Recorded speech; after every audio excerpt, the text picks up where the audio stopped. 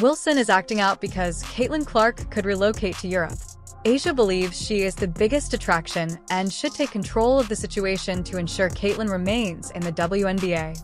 Asia's disparaging remarks about Caitlin's privilege were a significant turn of events. She is at last beginning to recognize the impact Caitlin has had on the WNBA. Asia thinks she's the star, despite the ridiculous entitlement. She ought to be the focus of attention since Caitlin was the one who made the biggest impact on the league. Entitled players in the WNBA just can't seem to understand is, you get what you put in, and right now, you are getting exactly what you deserve. Let's be honest, Asia Wilson was unappreciated prior to Caitlin Clark. Although Asia seems like a kind person, she has recently revealed that, like other WNBA players, she can be extremely envious. She will leave the WNBA in pieces to make the transfer, and no one will be discussing Asia as they did in previous years. Despite knowing deep down that she's not a big draw, Asia tries to convince the media of this because she was named MVP. You're not fooling anyone, Asia. Some more. Don't y'all want a greater profile? Don't y'all want more notoriety? Don't y'all want more hype? Such a move to the Euro League might have set an example for upcoming generations of players by encouraging other WNBA stars to consider overseas options. But when Asia Wilson intervened to thwart Clark's objectives, this promising agreement took an unexpected turn. Now, Asia Wilson was a more dominating player and deserved to be the MVP, and unanimous. Wilson's meddling in the transaction wasn't merely a small annoyance. It was an intentional attempt to prevent Clark from taking advantage of the situation. According to reports, Wilson thought she should represent the Euro League rather than Clark after winning the WNBA MVP award. This was more than just a matter of taste or basketball. It revealed a more serious problem of rivalry and competition between two of the best players in the league. Her WNBA standing and PP title ought to have made her the most desirable applicant for European teams.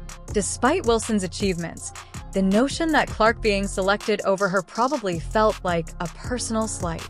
Asia's efforts appear to be motivated by the idea that she should be given preference for foreign possibilities because she has already established herself as a dominant force in the WNBA. She believes that Clark, who is still relatively new to the game, has not yet earned the right to overshadow more seasoned players. However, some people continue to think that Caitlin hasn't been targeted this year.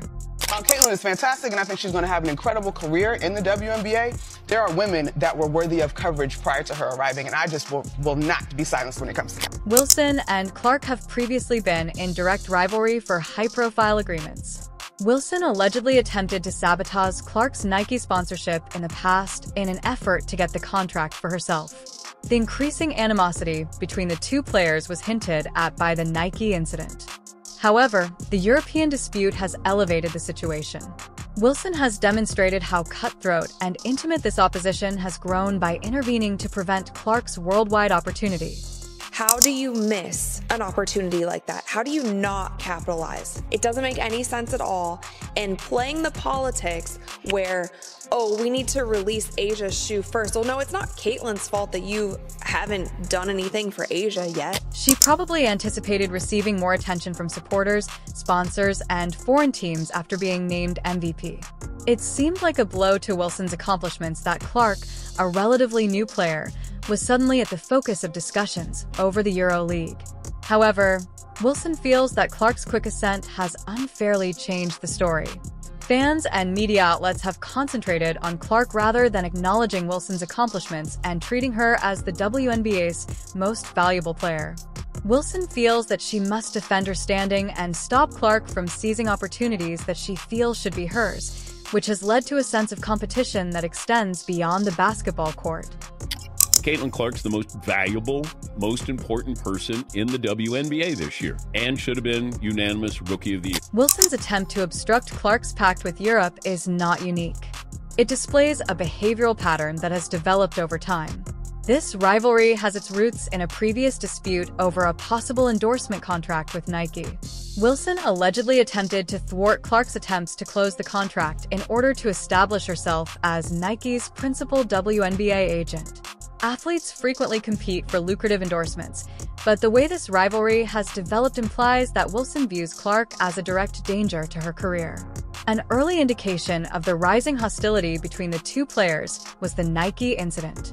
Securing a contract with Nike would have been a significant achievement for Clark, solidifying her place among the biggest names in basketball. However, Wilson, who is already well known, wasn't prepared to share the limelight. Wilson showed that she was prepared to go to considerable measures to save her job by trying to thwart Clark's Nike deal. Clark's quick ascent was more than a challenge to her status. It served as a reminder that the WNBA was evolving. Wilson has opted to compete with Clark for opportunities rather than accept this transition, creating a contrast that has grown more intimate. Wilson's reasons for opposing Clark's Europe pact went beyond self-interest. Making a statement was the goal. She wished to remind everyone that she is still a formidable opponent and that she should be regarded as the best player in the league. Personal envy is the deeper problem at the center of this controversy. Wilson's behavior implies that her animosity with Clark extends beyond their professional conflict. It goes beyond basketball and economic transactions. It's about the fight for acceptance and significance in a league that is changing quickly.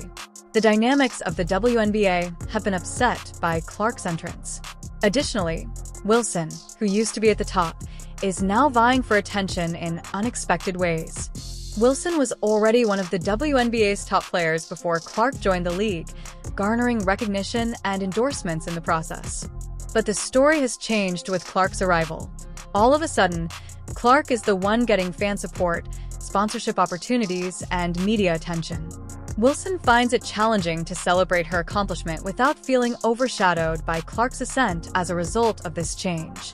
Wilson's behavior off the court and the way she speaks about Clark both exhibit this envy. Wilson has made remarks that imply Clark had a simpler route to success, portraying her ascent as the product of privilege rather than diligence. Wilson feels she has earned her position at the top, but her remarks show how frustrated she is with the way the limelight has moved away from her. The dramatic drop in viewership when Caitlin Clark is playing is one of the most obvious indications of her impact on the WNBA. Audiences that might not have previously followed women's basketball are drawn to Clark because she has become a fan magnet. However, the statistics show a concerning picture when she isn't playing. Engagement declines and fans tune out. This pattern highlights a hard reality. Even though elite players like A.A. Wilson are still playing, Clark is more than just a gifted athlete. She is now essential to the league's increasing appeal. A'ja Wilson, 28 years old, 2,000 points in a regular season. Why is that not the biggest story out at the moment? Exactly. Why are we talking about Caitlin Clark? Why when A'ja was releasing the shoe, were we talking about Caitlin Clark? Wilson and other elite players have kept up their excellent skills, but there is still little enthusiasm among fans. This disparity draws attention to a difficult reality for Wilson. To command attention, talent alone is insufficient. Wilson has had difficulty winning over fans despite her accomplishments, but Clark's distinct charm and playing style have. Although there have always been good players in the league, Clark's emergence provided something new and exciting, energizing both new and old fans. It appears that many fans become disinterested with Clark. As the league develops, it becomes evident that talent alone is insufficient to grow the game. Players must connect with fans, create memorable moments, and generate excitement qualities that Clark possesses in abundance, even when other stars like Wilson are playing at the top of their game. Wilson has found it difficult to understand that Clark is the main source of fan attention, which has fueled their rivalry.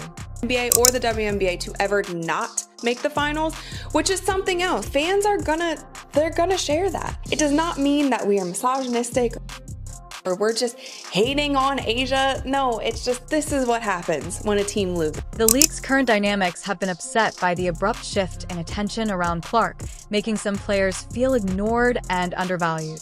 These athletes, who see Clark's accomplishments as a threat rather than a victory for women's basketball as a whole, have voiced their dissatisfaction rather than applauding her success. Both on and off the court, this animosity has been apparent. Due to opponents' aggressive targeting of her, Clark has emerged as the WNBA's most fouled player. Her playing style is partly to blame for this, but it also illustrates the escalating conflict in the league. Players who are dissatisfied with Clark's success are committed to opposing her supremacy, even if it means using rough play.